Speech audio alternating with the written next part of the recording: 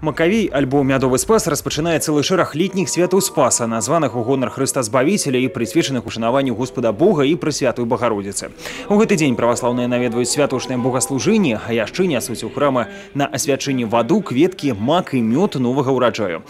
Традыцыі продкаў шануюць і ў Пінску, у тым ліку і ў самым малым часовым храме святога пакутніка немаўля Гаўрыіла Беластоцкага.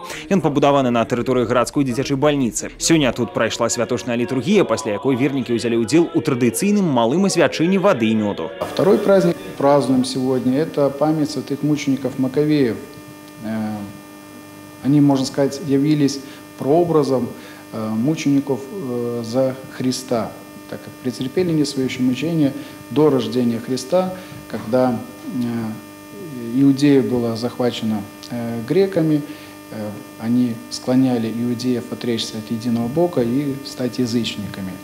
И поднимались там неоднократно и народные восстания, революции, если так можно назвать современным языком.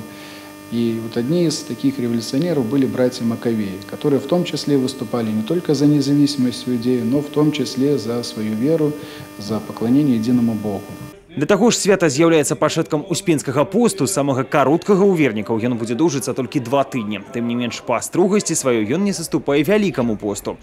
Гэтыя дні прызначаны вернікам для падрыхтоўкі да чарговага, значнага і знакавага царкоўнага свята прачыстай. Помогает нам задуматься о нашей жизни, как-то очиститься, чтобы уже с чистым сердцем, радостью духовной, душевной встретить праздник Успения Пресвятой Богородицы.